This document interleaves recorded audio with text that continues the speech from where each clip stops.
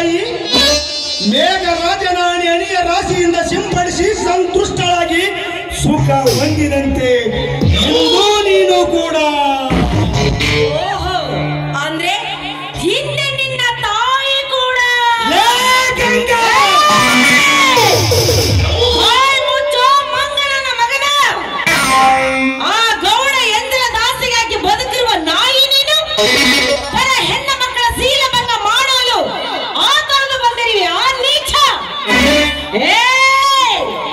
ಈ ಮಹಾಗಣತಿ ಗಂಗಮ್ಮನ ಕೊರಳಲ್ಲಿ ನನ್ನ ಪತಿ ಪರಮಾತ್ಮ ಕಟ್ಟಿರುವ ಮಂಗಲ ಸೂತ್ರವಿದೆಯನ್ನು ಚೆನ್ನಾಗಿ ಕಂಡದ್ದು ನಾನು. ಮಂಗಲ ಸೂತ್ರ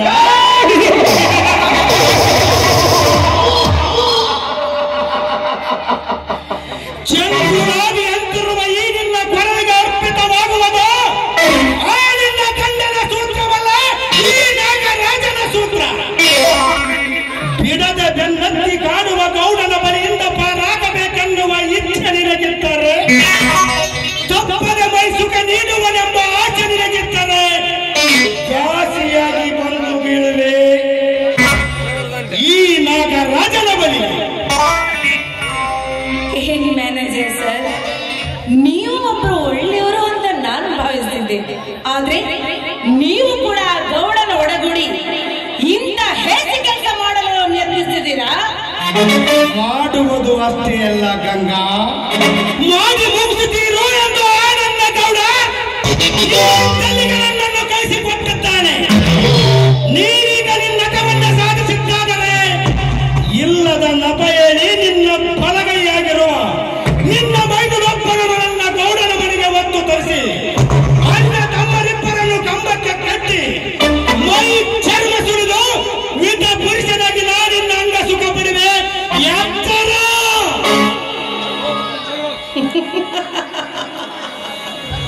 ನನ್ನ ಮೈದುನನ್ನು ಹೊತ್ತು ಒಯ್ಯೋದು. ನನ್ನ ಮೈದುನನ್ನು ಹೊತ್ತು ಒಯ್ಯುವ ಗಂಡಸ್ತಿಗೆ ನಿನಗಷ್ಟೇ ಅಲ್ಲವೋ, ನಿನ್ನನ್ನು ಹುಟ್ಟಿಸಿದ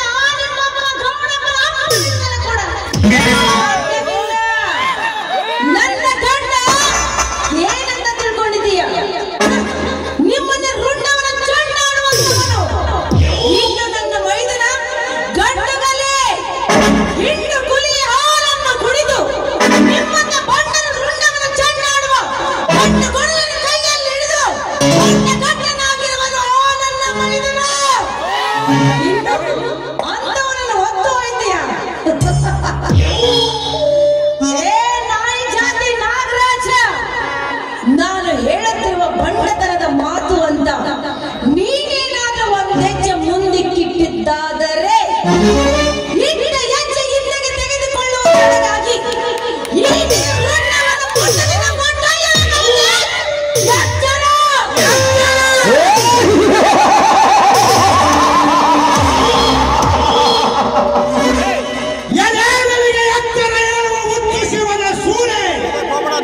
ಕಳ್ಳ ಕಟ್ಟಿದ ತಾಳಿತರ ನಿನ್ನ ಮೈದುನೊಬ್ಬರು ಒಂದು ಬಡ ಬಿಕಾರಿ ಹೆಣ್ಣಿಗೆ ಕೊರಳಿಗೆ ತಾಳಿ ಕಟ್ಟಿದ ಮಾತ್ರಕ್ಕೆ ಅವನು ಪುಣ್ಯದ ಕಣ್ಣನೆಂದು ನನ್ನ ಮುಂದೆ ಮಗಳಬೇಡ.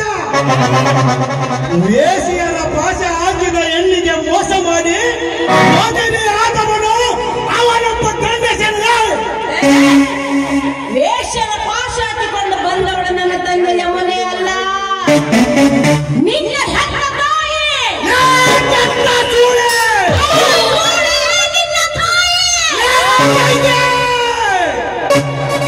ಪವಿತ್ರ ನದಿಯಾಗಿರುವ ಗಂಗೆ ಯಮುನಿಯರ ಹೆಸರಿನಲ್ಲಿ ಬಾಳಬೇಕೆಂದಿದ್ದ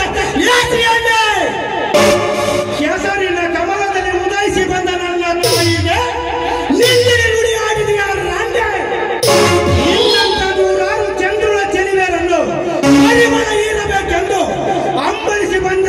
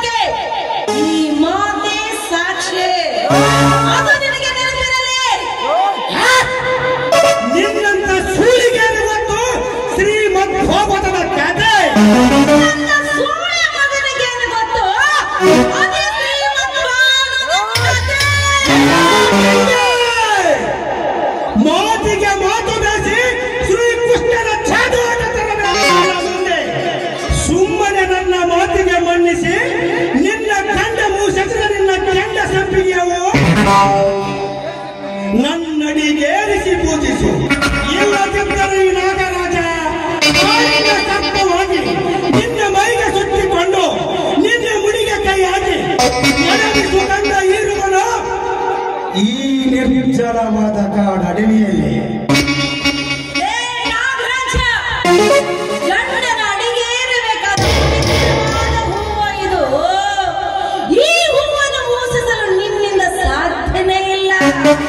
ಒಂದು ವೇಳೆ ನಿನಗೆ ದಕ್ಕಲಾದ ಈ ಹೂವನ್ನು ನಾನು ಮೂಡಿಗೇರಿಸಿಕೊಳ್ಳುತ್ತೇನೆ ಅಂತ ಮುಂದೆ ಬಂದಿದ್ದಾದರೆ ಈ ಹೂವಿನ ಬಾಲಿಗೆ ಬಿದ್ದ ಸರ್ಪವಾಗಿ ಕಚ್ಚಿಕೊಳ್ಳುತ್ತದೆ ಎಂಬುದನ್ನು ಜ್ಞಾಪಿಸಿಕೋ. ಯಾವ ರೀತಿಯಿಂದ ತಿಳಿಸಿ ಹೇಳಿದರೂ ಬರುವ ಎನ್ನಲ್ಲ ನೀನು. ಈ ನಿನ್ನ ಕೋಮಲ ಕೆನ್ನೆಯ ಮೇಲೆ ಬಲವಾದ ಮುದ್ರೆಯನ್ನಾಕಿ ರಾಜನೆಂಬ ನಾಮ ಮೂಡಿಸುವ ಈ ನನ್ನ ದಂತಾಕ್ಷರಗಳಿಂದ.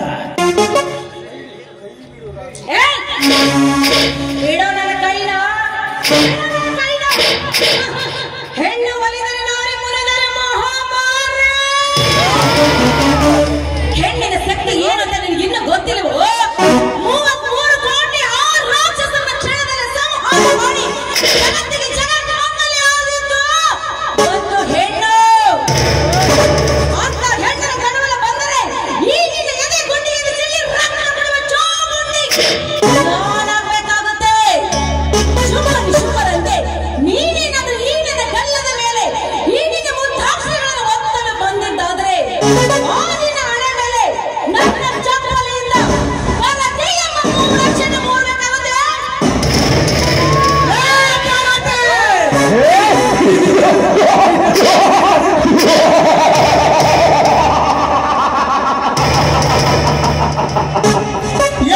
ಕನ್ನಡ ನಾಡಿನ ಹಿರಿಯ ಖರತೆ, ಬ್ರಹ್ಮನಿಗೆ ಮಗಳಾಗಿ ಹುಟ್ಟಿ ಬಂದ ಸರಸ್ವತಿ ಅದೇ ಬ್ರಹ್ಮನಿಗೆ ಹೆಂಡತಿಯಾದಳು. ಅವಳ್ಯಾವ ಮಹಾ ಖರತೆ, ಗಂಡನನ್ನು ಉಂಡು ಮರಗಿಸಿ ನಿಂಡನನ್ನ ಸರಸ ಮಾಡಿ ಗಂಡನೆದುರಿಗೆ ನಾನೇ ಕಾಟಿ ಅಂತ ಹೇಳಿದೆಯಲ್ಲ. ಗಂಗೆ, ನೀನೇ ಅವಳನೆ ಮಹಾಕರತೆ. ಗಂಡನನ್ನು ಗುಂಡಿಕ್ಕಲಕ್ಕೆ ಗಳಿಸಿ ಗಂಡನಿಗೆ ಬಣ್ಣದ ಮಾತುಗಳನ್ನು ಹೇಳಿ ಈ ಕಾಡಳುವಿಗೆ ನಿನ್ನ ಮೈದುನೊಡನೆ ಸರಸ ಮಾಡಲಿಕ್ಕೆ ಬಂದಿರುವೆಯಲ್ಲ. ಗಂಗೆ, ನೀನೇ ಅವಳನೆ ಮಹಾಕರತೆ.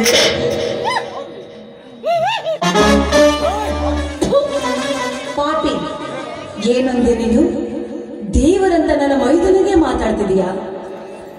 ಹೆತ್ತ ಮಗನಿಗಿಂತ ಹೆಚ್ಚಾಗಿರುವ ಆ ನನ್ನ ಮೈದುನನಿಗೆ ಹಾದರ ಕಟ್ಟಿ ಮಾತಾಡ್ತೀಯೇನೋ ಬೋಳಿ ಮಗನೇ? ಅಂತ ದೇವರಂತ ನನ್ನ ಮೈದುನಿಗೆ ಮಾತನಾಡ್ತಿರ್ಬೇಕಾದ್ರೆ ಆ ನಿನ್ನ ತಾಯಿ ಅದೆಷ್ಟು ಜನರ ರಕ್ತಕ್ಕೆ ಒಟ್ಟಿರಬೇಕೋ ಕೆಟ್ಟವನೇ. ನಿನ್ನ ಮಡಿಕೆಯ ಕಥೆ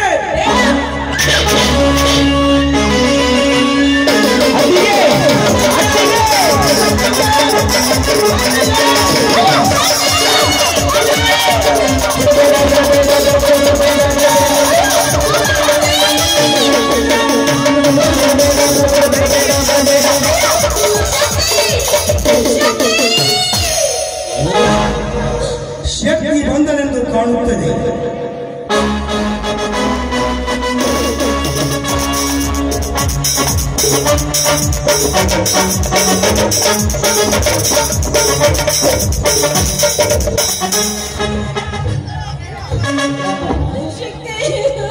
ಕಣ್ಣಲ್ಲಿ ನೀರು. ಇಂಥ ಆ ಅಡವಿಗೆ ಬಂದು ನನ್ನನ್ನು ಕೂಗಿ ಕರೆದಿಯಲ್ಲ, ಏನು ವಿಷಯ? ನಾನು ನಿನ್ನ ಜೊತೆ ಮಾತನಾಡಿ ಮತ್ತೆ ನಿನ್ನ ಕಣ್ಣಲ್ಲಿ ನೀರೆ. ಹೇಳಮ್ಮ, ನಿನಗೆ ಬಂದಿರುವ ಆಪತ್ತೇನಿದೆ? ಯಾರಾದರೂ ಬೈದರೆ, ಏನಾದರೂ ಅಂದರೆ, ಇಲ್ಲ ಯವನಾದರೂ ಕುಹಿದು ನನ್ನ ಮಗ ನಿನ್ನ ಮೇಲೆ ಕೈ ಮಾಡಿದನೆ. ಆಗಿದ್ದರೆ ಹೇಳಮ್ಮ, ಈಗಲೇ ಹೋಗಿ ಆ ಚಾಂಡಾಲನ ಗುಂಡಿಗೆಯನ್ನು ಶಿಳ್ಳೆ ಅವನ ವಿಷ ರಕ್ತವನ್ನು ಕುಡಿದು ಬರುತ್ತೆ. ನಿನಗೇನಂತ ಹೇಳದ ಶಕ್ತಿ ನನಗೇನಂತ ಹೇಳಿ ನನ್ನ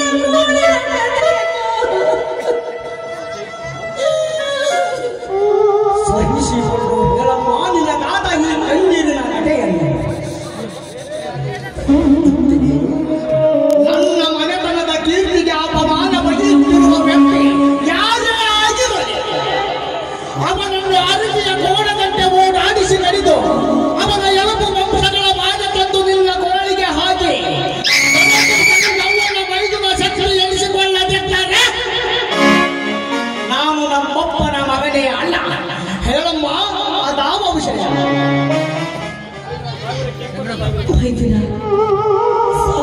20,000 ಸಾಲವಾಗಿದೆ.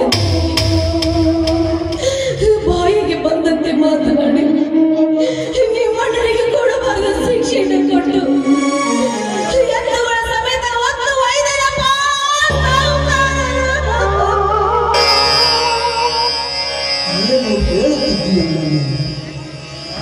ಸಾಲದ ನೆಪ ಮಾಡಿ ನಮ್ಮ ಒಳಪಡಿಸಿಕೊಂಡು ನನ್ನ ಅಣ್ಣನ ಜೊತೆ ನಮ್ಮ ಎತ್ತಿನ ಜೊತೆ ನಮ್ಮ ಅಣ್ಣನನ್ನು ಒಪ್ಪೈದನೆ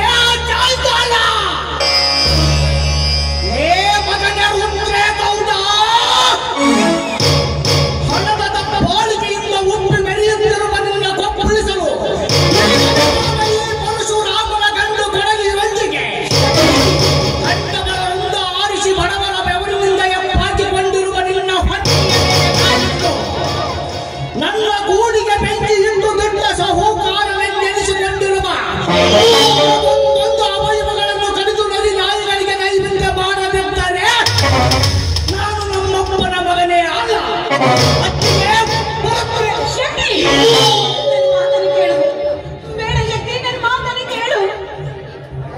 ನನ್ನಿಂದ ಅಣ್ಣನನ್ನು ಬಿಡಿಸಿ ತರುವುದು ಸಾಧ್ಯವಿಲ್ಲವೆಂದು ತಿಳಿದಿರುವೆಯಲ್ಲ.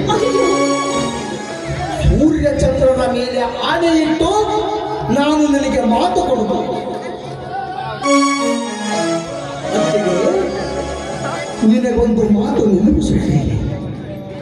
ದಿನ 11 ತಿಂಗಳ 8 2024ರಂದು ಮುನಿರಾಬಾದ್ ಟಿವಿ ಡ್ಯಾಮ್ ಸಿಬ್ಬಂದಿಗಳ ನಿರ್ಲಕ್ಷ್ಯದಿಂದ 19ನೇ ಕ್ರಸ್ಟ್ ಗೇಟ್ ಚೈನಾ ಲಿಂಕ್ ಕಟ್ಟಾಗಿ ನೀರಿನಲ್ಲಿ ಕೊಚ್ಚಿಕೊಂಡು ಹೋದಾಗ ಇಡೀ ರಾಜ್ಯದ ಜನವೇ ಬೆಚ್ಚಿ ಬಿದ್ದ.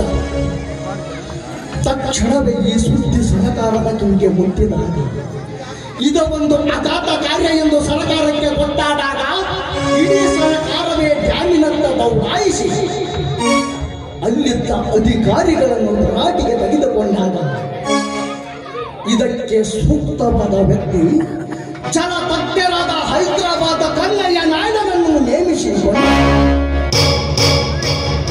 ಇದು ಒಂದು ರಿಮೈಂಡರ್ ಎಮರ್ಜೆನ್ಸಿ ಎಂದು ಅವರಿಗೆ ಗೊತ್ತಾದಾಗ ತಾತ್ಕಾಲಿಕವಾಗಿ ಈ ಗೇಟ್ ಅನ್ನು ಅಳವಡಿಸುತ್ತೇವೆ ಎಂದು ಸರ್ಕಾರಕ್ಕೆ ಮಾತು ಕೊಟ್ಟ ಮಾತಿನಂತೆ ನಡೆದುಕೊಂಡ ಕನ್ನಯ್ಯ ನಾಯ್ಡು ಮತ್ತು ಅವರ ತಂಡದವರಿಗೆ ಬಳ್ಳಾರಿ ಜಿಲ್ಲಾ ಉಸ್ತುವಾರಿ ಮಂತ್ರಿಯಾದ ಜಮೀರ್ ಅಹಮದ್ ಖಾನ್ 16 ಜನರಿಗೆ ಗೌರವ ಕಾಣಿತು. 5 ಜನರಿಗೆ 50,000 ಬಹುಮಾನ ನೀಡಿ ಅವರನ್ನು ಸನ್ಮಾನಿಸಿದರು. ಆಗ ಗೊತ್ತಾಯಿತು ರಾಜ್ಯದ ಜನರಿಗೆ ಅಸಾಧ್ಯವಾದದ್ದು ಈ ಭೂಮಿಯ ಮೇಲೆ ಯಾವುದೂ ಇಲ್ಲ. ಅದರಂತೆ ಆ ಗೌಡನ ನನ್ನನ್ನು ಎತ್ತಿ ಬಚ್ಚಿಟ್ಟಿದ್ದರೂ ಸರಿ, ಎದುರು ಬಂದವರ ಎದೆ ಶಿಳ್ಳೆ ಬಿಡಿಸಿದರವೇ ಈ ಪರಶು ಒಂದೇ ಸಮನ ಆ ದೊರೆಯುತ್ತಿದೆ. ನನ್ನ ಹೃದಯದಲ್ಲಿ ಪ್ರಜ್ವಲಿಸುವ ಜ್ವಾಲಿಯ ಗಿಡಿ ಆವೇಶದಲ್ಲಿ ಆ ಗುರುಗಳ ರುಂಡ ಕೊಯ್ದು ಅವನ ಮನೆಯ ಬಾಗಿಲಿಗೆ ಕಟ್ಟಿ ನನ್ನ